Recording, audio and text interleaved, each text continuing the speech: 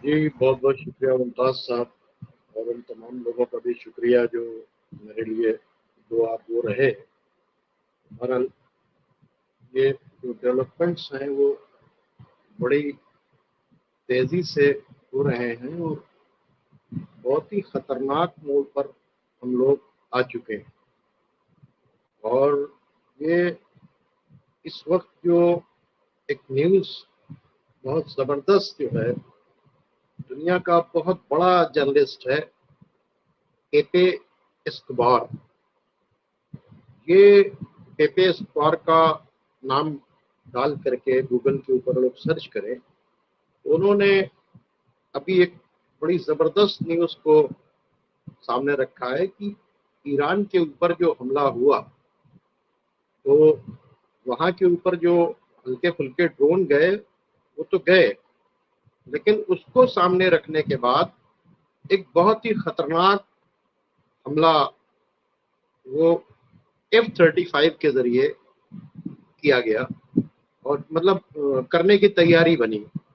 और उस F-35 में इन्होंने न्यूक्लियर मिसाइल्स लगाई थी, और वो न्यूक्लियर मिसाइल्स जिसके अंदर इलेक्ट्रॉनिक मैग्नेटिक पल्स यानी EMP, ये वो मिसाइल है कि जो हवा में ही फटता है, लेकिन उसका जो रेडिएशन इतना तगड़ा होता है कि वो जितनी जगह पर भी कोई भी डिवाइस जो बिजली से चलती हो या उसके अंदर कोई चिप्स लगा हुआ हो, वो सब के सब बर्बाद हो जाती। और उसमें पब्लिक को नुकसान नहीं होता, लेकिन ईरान जो है वो बहुत बड़े लॉस को, यानी किसे कहते हैं ना कि पत्थर के दौर के अंदर ये जाने की तैयारी थी। और ये F-35 में लगाए गए, और ये F-35 उड़ा, और उड़ने के बाद जॉर्डन ईस्ट की तरफ से जैसे ही आगे बढ़ा, रशिया को इसे पता चला, और रशिया ने इसे इंटरसेप्ट कर दिया सीरिया से, और वहीं उसे मार गिराया।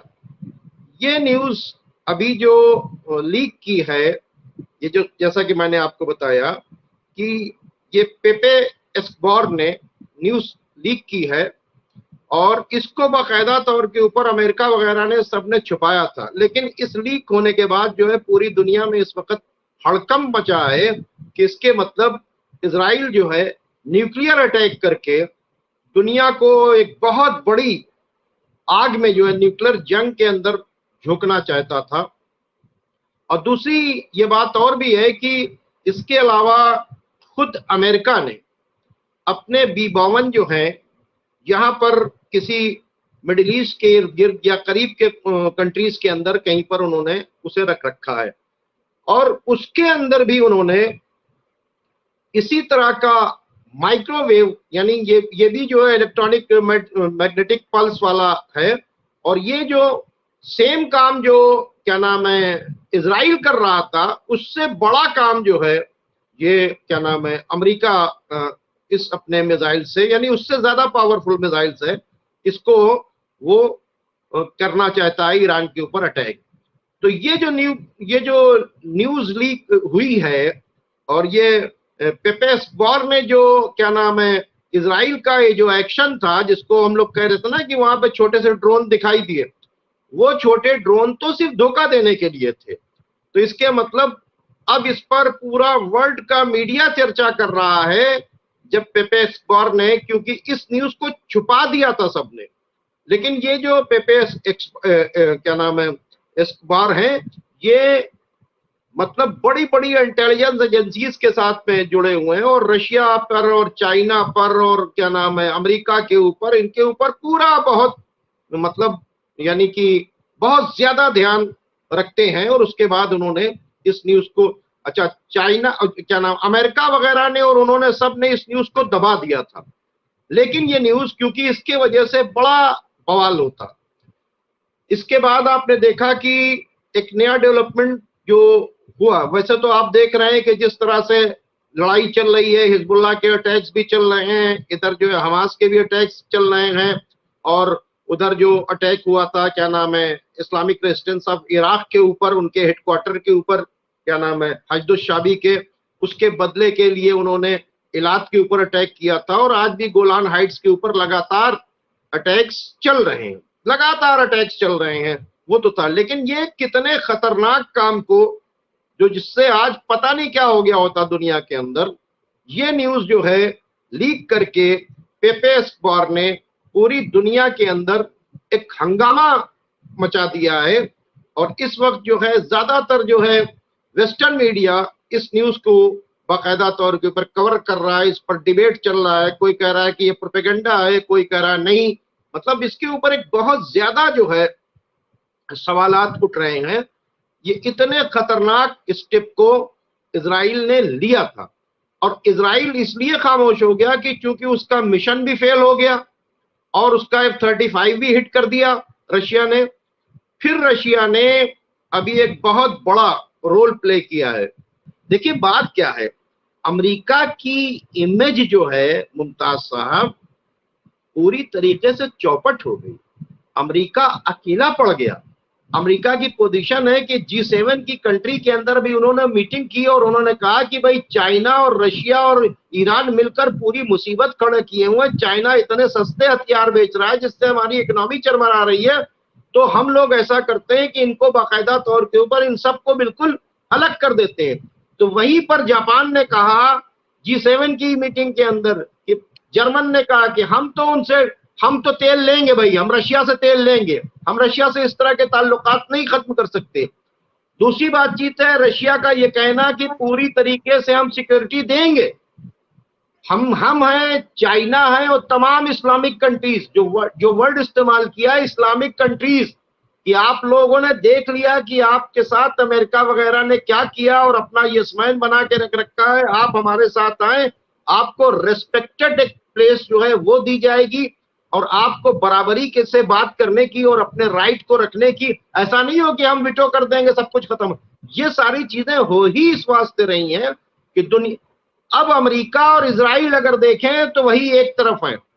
ब्रिटेन तो है ही, उसने स्टेब्लिश किया। तो आप तीन कंट्री कह सकते हैं कि अमेरिका, ब्रिटेन और इजराइल, ये तीनों एक है, क्योंकि ब्रिटेन ने तो बनाई है, अमेरिका उसको बचा ही रहा है। पहले दिन से आप देखिए अमेरिका की कितनी हार है। इतने बड़े बड़े वो वॉरशिप्स लेकर आए, आर्मी उतार दी, सब कुछ कर दिया। हमास जैसी ऑर्गेनाइजेशन को क्यों नहीं बर्बाद कर पाए? उसके पीछे क्या है? ईरान है।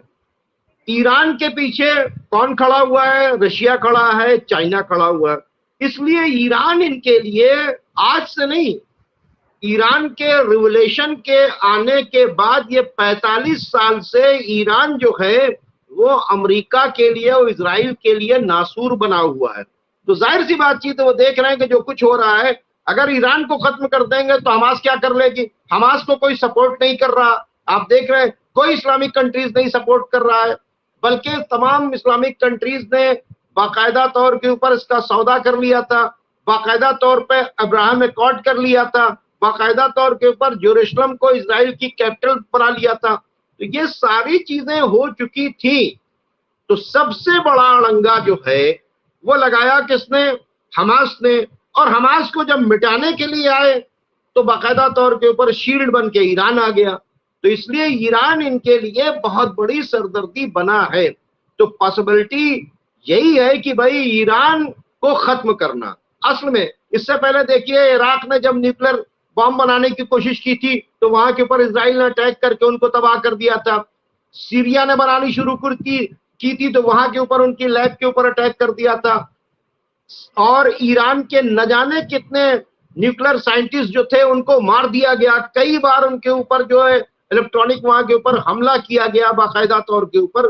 तो ये ईरान जो है उनके लिए सारी, और आप देखिए कि ईरान ने तो वो काम कर दिया कि इनको डिप्लोमेटिक लेवल के ऊपर, इनको मिलिट्री लेवल के ऊपर, इनको पॉलिटिकली लेवल के ऊपर, और इनकी जो इमेज बनी थी पूरी दुनिया के अंदर, ये इंसानियत के बहुत बड़े लंबरदार हैं, पता चला ये तो जेनोसाइडर हैं, ये तो वार क्रिमिनल्स हैं, इनको औरतों बच्चों, मतलब जितनी खुद अमेरिका की इमेज अमेरिका के अंदर खराब हो गई, ब्रिटेन की इमेज ब्रिटेन के अंदर खराब हो गई। जो भी कंट्री इजराइल के साथ खड़ा रहा, और इजराइल जो है इनसिक्योर्ड हो गया है, क्योंकि इजराइल के यहाँ से भगदड़ मची है, लोग भाग रहे हैं। इकोनॉमी चरमरा कर बैठ गई है।